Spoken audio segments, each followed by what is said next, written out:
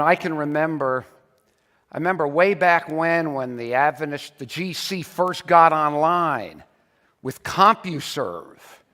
Maybe some of you, I have somewhere in my office, I've got a plaque saying I'm one of the charter members of CompuServe in the GC. And then eventually, as we all know, Adventist cyberspace started. And it could be a pretty cutthroat place. And I dove into it, and I just loved it. And things got out of hand, and eventually at one point, Elder Wilson suggested that maybe I stay off.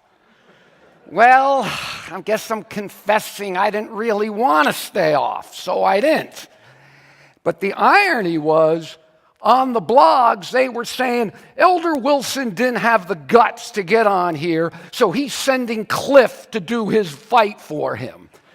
And you can't win either way. But anyway, if you get on the blogs, there's an awful lot on there. And I've noticed that number of views are being pushed from within, and that if any one of these were true, I'm saying that they would undermine the foundation of everything we believe. And I'm not just going to tell you, I'm going to try to show you this morning some of the things that are out there and some of the implications of it.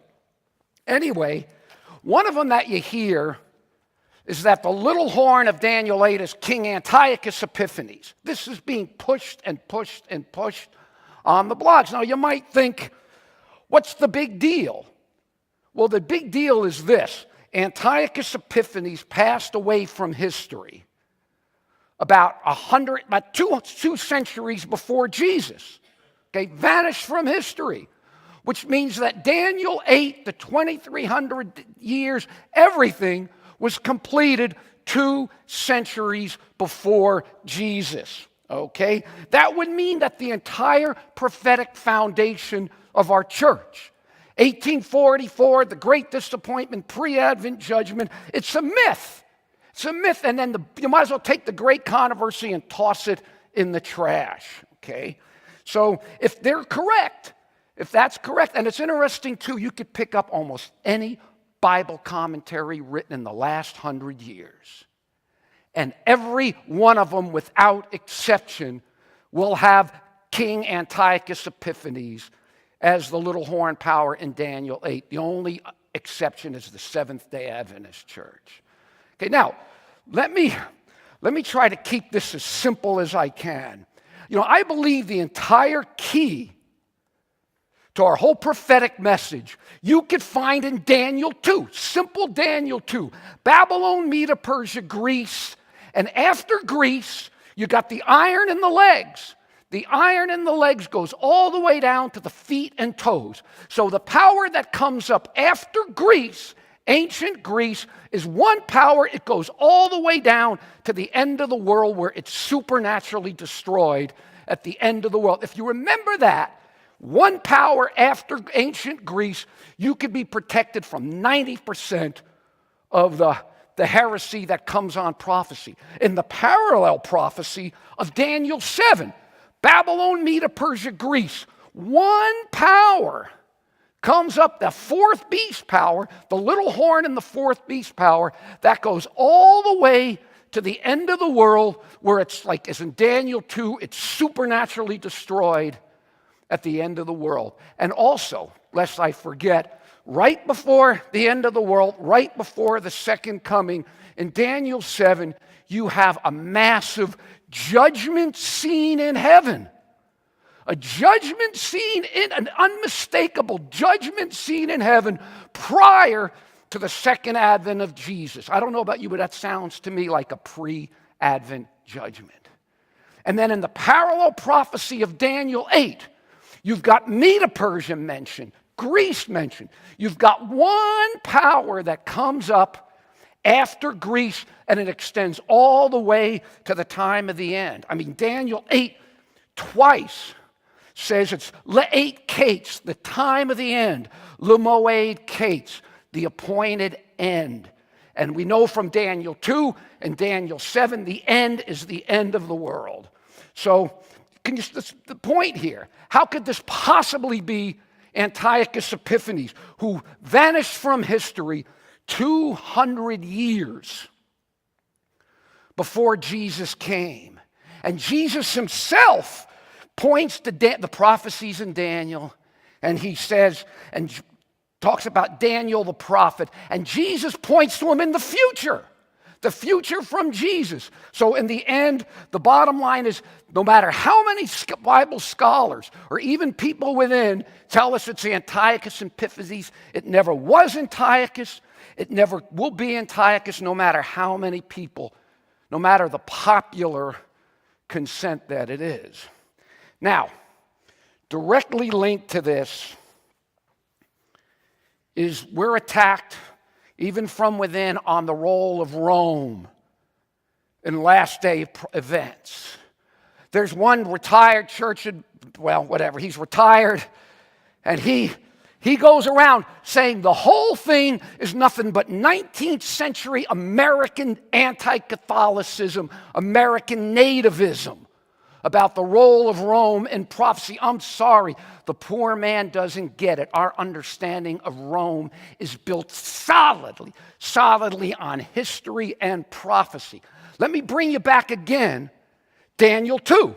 One power comes up after Greece, and after ancient Greece, and goes all the way to the end of the world. It's supernaturally destroyed at the end of the world. Well, if it's not Rome, then you name me another power that goes up after ancient Greece and exists till it's supernaturally destroyed at the end of the world. Daniel 7, same thing. One power comes up after Greece, the fourth beast, it goes all the way through to the end of the world, supernaturally destroyed. If it's not Rome, name me another power. Same thing with Daniel 8. Medo-Persia is named. Greece is named. One power comes up all the way, supernaturally destroyed at the end of time. So in the end, only one power fits. It is solely, totally, only Rome, and that's all it ever was, no matter how politically incorrect that might seem.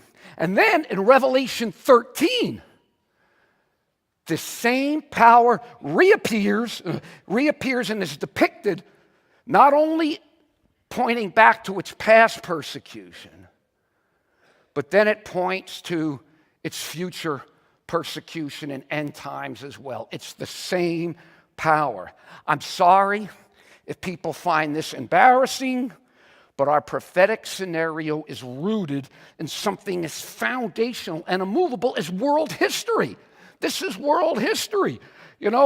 When we reject the role of Rome, we're rejecting clear biblical teachings. I need faith to believe the dead are going to be resurrected. I need faith to believe that Jesus is going to come in the clouds of heaven. I don't need faith to see Rome in Bible prophecy. It's right there. Okay? Now, you say, shouldn't Jesus be the center of our message? Oh, come on. Come on, give me a break. The first angel's message starts out with what?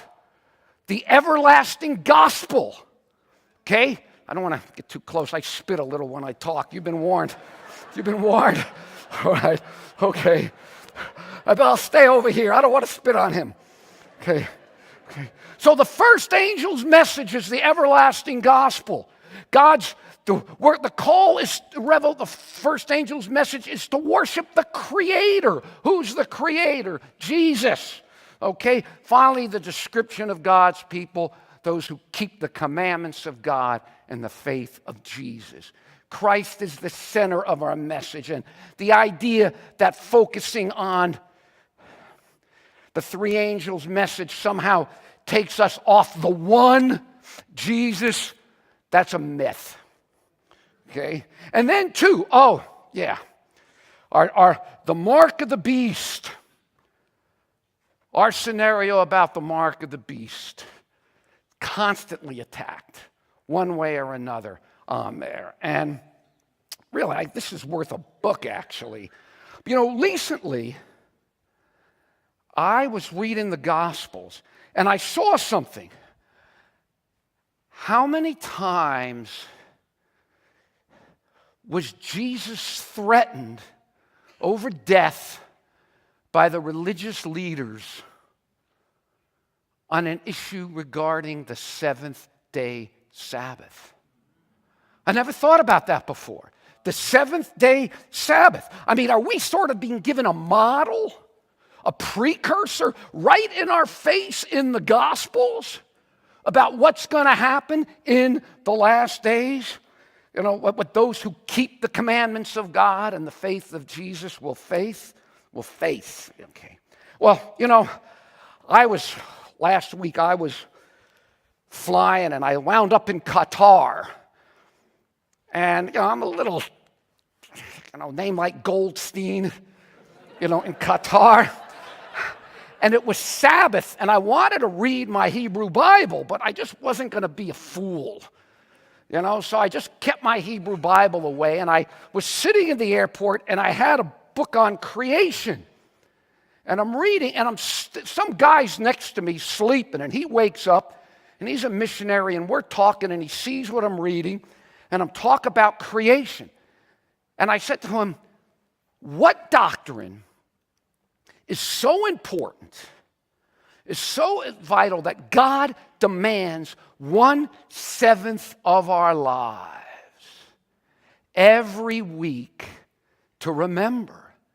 And I don't want to push the Sabbath thing so much. I just wanted to push, which day it was. He goes, wow, I never thought of that.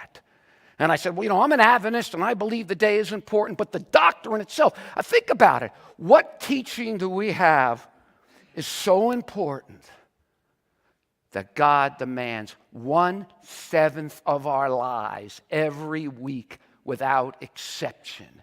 It's the doctrine of creation, right? The foundation. Everything we believe, every doctrine, everything we believe rests on the doctrine of creation. And where did my iPad go? All right, okay, God demands, really, that's why God demands 1/7 of our lives. Creation, then, is like the foundation of all our beliefs, and embedded is the eternal, immutable sign of that creation, the seventh-day Sabbath. So to usurp the seventh-day Sabbath is really to usurp the Lord's authority at the most prime level possible of Him as the Creator. You can't get any further back. You get to the Creator Himself. You can't overturn God. You can't usurp God. So you do the next best thing. You usurp the symbol of God as the Creator. That's why the first angel's message, fear God and give glory to Him and worship Him who made the heaven and the earth. We all know that. It brings us language directly back to the creation, to the fourth commandment. Again, a doctrine that's so important. God, 1/7 of our lives to remember it. Now, what do we have in Revelation? Revelation teaches in the end, the issue is worship. Do we worship the Creator, or do we worship the beast and his image? The foundational symbol of Him as the Creator, and the beast is the power that we know was involved in changing the symbol, in usurping the symbol. The very power that sought to change the symbol. Can you see the point here? We're depicted as God's people are depicted as keeping the commandments of God, which includes the only specific commandment that points to God as the Creator, the one power that the one commandment that the beast power sought to change. Sure, the real issue is our love, our loyalty to God. No one's going to deny that. But love, this is the love of God, that we keep His commandments. And that includes the fourth commandment. See, that's why I can see theologically the issue about the Sabbath and the mark of the beast. Do you worship the Creator, whose sign of the creation is the Sabbath, or do you worship the power that changed the Sabbath? The only thing more foundational is God himself, and you can't usurp him as the Creator. So you do the next best thing. You seek to usurp the foundational sign of him as the Creator. Again, to usurp the seventh-day Sabbath is to usurp the Lord's authority at the most prime level possible. It's to get to the core, the foundation, and try to uproot it from there. In this context, it's really hard for me when I read Revelation, worship the beast, worship the Creator. It's hard for me to see how the issue is going to be anything other than the seventh-day Sabbath. Okay, now, of course, you have to hear this all the time. How is this going to happen? How possibly could this happen? Well, it was funny. I was born again 40 years ago this fall. And I remember studying with the Adventists. What's that? Born again. What did I say? Oh, yeah, I was born again. Yeah, I hope. Well, something changed, And I remember studying about American prophecy with these Adventists, the whole thing. I remember 1979. I mean, America, we are still licking our wounds from the Vietnam War debacle. The Sandinistas were taken over in Nicaragua. Fidel Castro was sending troops to Angola. The Soviet Union was firmly ensconced in Moscow, had a firm grip on Eastern Europe. And Southeast Asia, that the nations were falling to communist regimes. We couldn't kick Fidel Castro out of Cuba because of Soviet military might. And I remember just thinking, in fact, I even remember an independent journal back then had an article, and it mocked our view of Roman prophecy, saying everybody knows the final persecuting power has to be the Soviet Union. Because again, I struggled with it. Go back, if you're old enough, 1979, the Soviet Union, there was this behemoth. How could prophecy have ever been fulfilled? But going against common sense, going against reason, going against everything my eyes could see, going against everything you could see, I said, all right, Lord, I'm going to have to take it on faith and trust you. And who knows, within 10, whoever would imagine, boom, overnight, the Soviet Union disappears, and newspapers are talking about America as the world's only superpower. Okay, so my point, I have no idea. Nobody does how end-time events are going to unfold. I have no idea. But I don't want to be so narrow and so unimaginative that is not to envision that radical changes could come and bring about final events, Even if the changes now seem as unlikely as it would be in 1979, that the Soviet Union would just vanish, disappear from the world scene. Anyway, it's hard to believe that people are still attacking the day-year principle. After all the work that our scholars have done, brilliant work on the day-year principle. And again, if the day-year principle isn't true, the prophetic foundation of our church vanishes. Simple as that. The day-year principle is false. Our message is based and built on a lie. Now let me just give you one example of how ingrained that not only is the day-year principle valid, I believe the places where we use it, the prophecies make no sense without it. I'll give you, let's look at Daniel 8:14, the 2300 day, 2300 year prophecy. Remember, there's Medo Persia, there's Greece, there's the other power. And then what happens is these two beings are talking. And it says, and I want to read it from the Hebrew. Well, I'll read some of it, and then I'll translate. And I heard one saint speaking and said one saint to the other who was speaking. Now listen to this. Ad matai, how long until ad matai, how long or until when Hechazon, Hatamid, and Pesha, and the desolation sanctuary given a trampling. But the word there, Hechazon, it's the word for vision. There are two words for vision in Daniel 8. There's one word for the vision of the 2300 days, and then there's this word Hazon for the entire prophecy of Daniel 8. So he's asking the question, how long are all these things happening that were depicted in Daniel 8? You got Medo Persia, you got Greece, and for argument's sake, I'll even give everybody their idiotic Antiochus Epiphanes. You can have that. How long were all these things? Medo Persia, Greece, and whatever comes next. Okay? And the answer is, it's all be done in 2,300 days, 6 years and 4 months.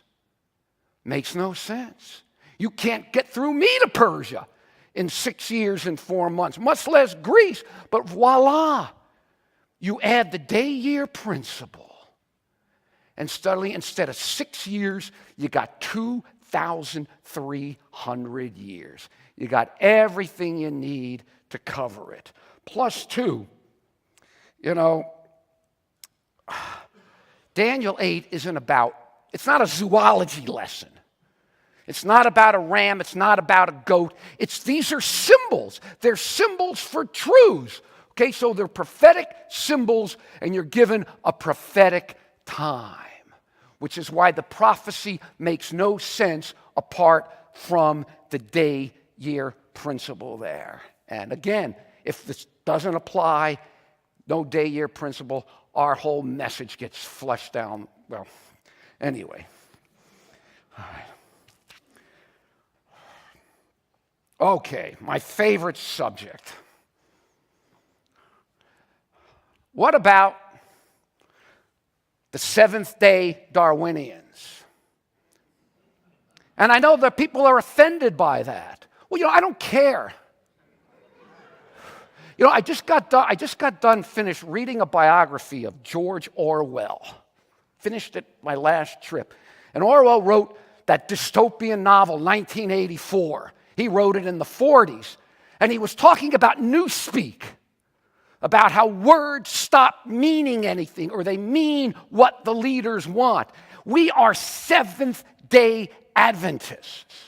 Seventh day, and anybody with a modicum of intellectual honesty knows the seventh day refers to 7 literal days. To take the name Seventh-day Adventist and believe, well, no, it really means billions of years and on, I'm sorry. I really struggle with that.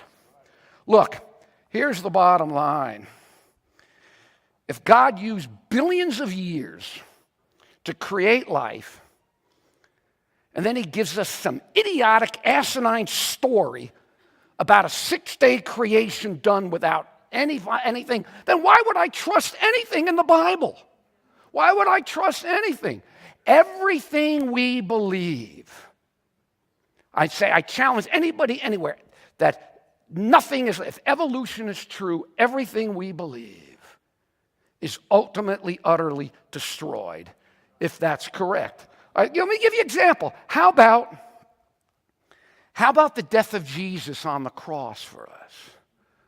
Is that big enough?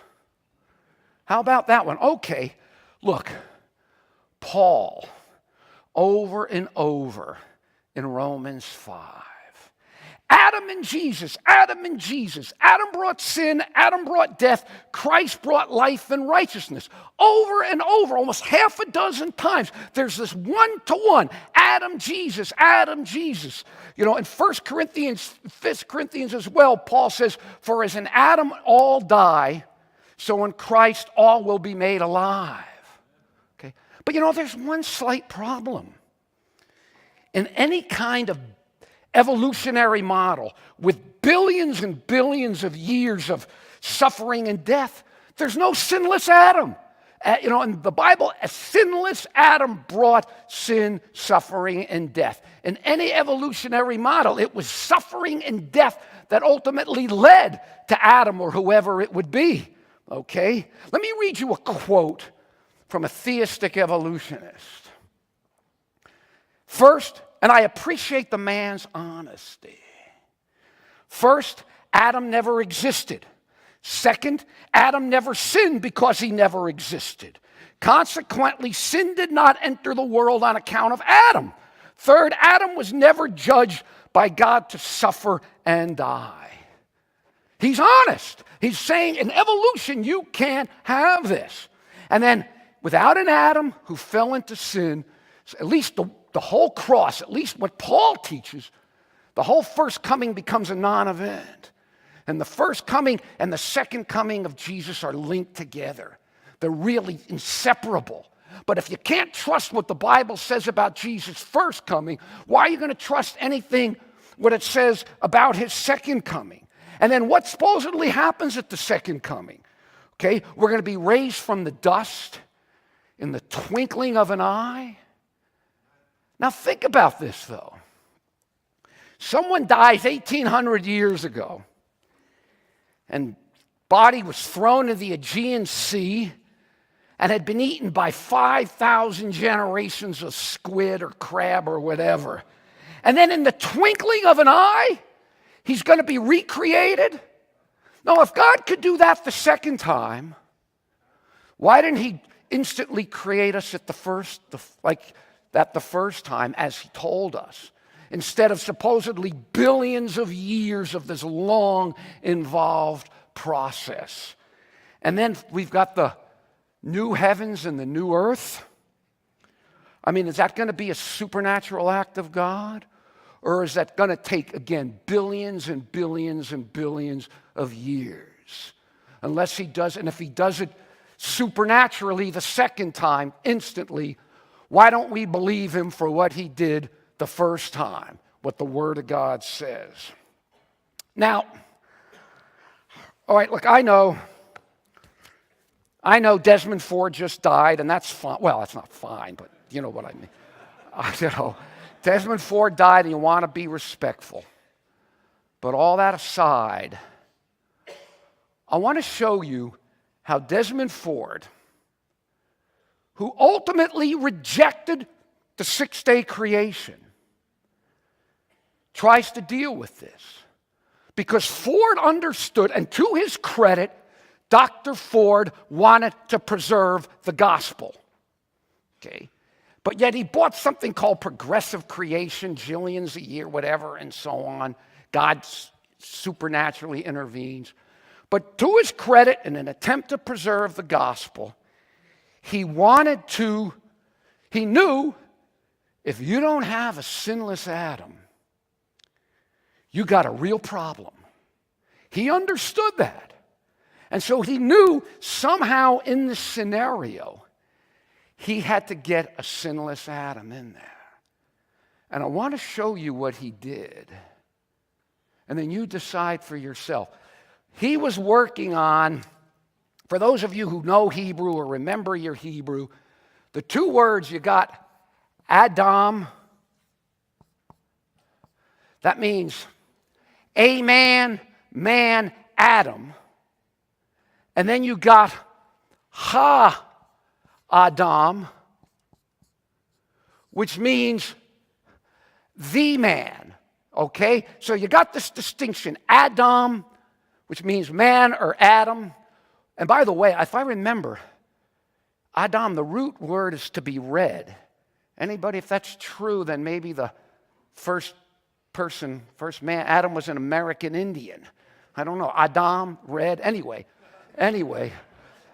So there's a distinction. Wait a minute. Okay. Okay, there's a distinction between these two. Okay, now, Dr. Ford, based on this distinction, I'm not kidding you, he tries to argue that the Adam and Eve in Genesis 1 through 3:24 are a completely different, it's the Adam in Genesis 1 through 3:24 is a completely different man separated by 100,000 years from the Adam in the very next verse, Genesis 4:1. Completely different man separated. And even though, and Genesis 4:1 says, V'hadam yada et Hava ishto. His wife was named Hava, Eve. So in other words, the Adam and Eve of Genesis 1 through 3:24, he's arguing, was a completely separate Adam and Eve in the very next verse, separated by 100,000 years. Now, I don't know, do you laugh or do you cry? But this is, I'm not willing to do this to Scripture to save the most important belief I have. My only hope as a believer rests on what Jesus did to undo what Adam brought to the world. And if that's the kind of stuff you have to do, we've got a problem here. There's a problem here. I'm not willing to do that, okay? You know, I wish the Seventh-day Adventists, the Seventh-day Darwinians among us, I wish they'd have the honesty to say something like this, because it's what they believe. You know, while we respect the Bible as the Word of God, in light of modern science, we have to reject the first 11 chapters, because everything they teach, and I mean everything they teach about origins, is wrong. Genesis teaches a recent creation of life on earth in 6 literal days. Science teaches it took billions of years. Science is wrong. No, so Genesis is wrong. Genesis teaches that death came after the fall of Adam and Eve. Science now teaches that death was the very process God used to create life. So Genesis is wrong. Genesis teaches that God created each being, each species distinctly, separately. Genesis teaches all came from one common ancestor. So Genesis is wrong. Genesis teaches that God spoke everything into existence. It was planned, it was clear. Science teaches it was wrong, and on and on and on it goes. But why though? Why though are people so quick and ready to grasp? Well, because it's science. You know, the science works. Science gets our rockets to the moon, gets rockets to Mars. The medical science, it works on and on all around us. I still can't believe everything that my phone does. I can't, and this is based on science. Therefore, the science has to be right. Okay? Let me give you a little example. I have a theory X, whatever it is, and according to my theory X, Y will happen. Okay? Doesn't matter. My theory X, and I do an experiment and X happens. And somebody else does the experiment. I do my experiment and Y happens based on my theory X. And somebody else does it. And soon all over the world, scientists are doing the experiment based on X and Y happens. And meanwhile, some smart entrepreneur, based on theory X, the Y happens, some smart entrepreneur builds some gadget that he could build for $10 and he could sell it for 100 and sells jillions of them. Okay? What would you conclude then about theory X? What do you conclude? True or false? What's true? Absolutely not. It has absolutely nothing to do with whether X happens to be true or not. Okay? This is a fundamental problem. Let me give you a simple example. It might be true. More than likely, it's probably not. If you study the history of science, all these accurate predictions and all that, the theories are eventually overturned, even though the why happens. Let me give you we'll do a silly one, but I'm telling you, the whole history of science is filled with these. Okay? I have my theory X. My theory X teaches that invisible spiders from Mars push everything to the ground. That's my theory X. I'm going to do a scientific experiment now. And if my theory X is true, invisible spiders from Mars are going to push everything to the ground. This will fall to the ground. I've got scientific proof of my theory. Okay? Now, this might seem silly. It's a silly example, but it's a fundamental weakness in the whole scientific endeavor. In fact, when I wrote a book called on this, Baptizing the Devil. And as I was working on the book, I gave the book to a friend of mine who was a scientist. And any time I said in there anything about science as a search for truth, he would circle it in red and say, no. Any honest scientist will tell you science is not about a search for truth. Well, I don't necessarily agree with him, but I understand what he's talking about. In other words, the fact that the science works, you can get technology from it, is a radically different issue, a whole different issue from whether the theory behind it is true. So in other words, what I'm saying is, sure, we can marvel at what science has done and what technology has done, but it doesn't mean we have to kowtow and bow down before it. Because basically what it is anytime you're in a debate with anybody and they say, but it's science, what are you supposed to do? You're supposed to bow down and genuflect and surrender any recalcitrant beliefs to it. And believe me, I have been freed from that. Anyway, so that's the and then look, I'm running out of time here.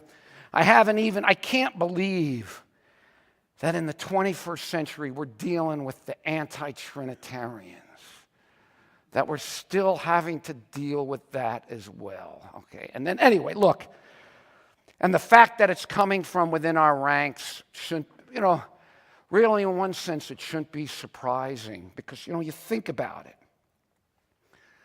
Paul, it's hot up here. Paul had to deal with all manner of heresy. Back then, even at the time of Paul, the early church, okay, from people who denied the resurrection or those who said it already happened. Paul had to combat a different gospel that was so bad, he said it was no gospel at all. Okay? And then there was the author of Jude. He said, for certain men have crept in. And then he talked about on God who turned the grace of God into lewdness. Or Peter, who warned there were false prophets among the people, as there will be even false teachers among you. It'd be fascinating to do a study how much of the New Testament is dealing with error or heresy or subversion from within. Destructive heresies, is what Peter says, false teachers who will secretly bring in destructive heresies. We've just looked, I believe, at a few of them. Let me end on this note for what it's worth. If God's church, right after Christ's first coming, faced error from within,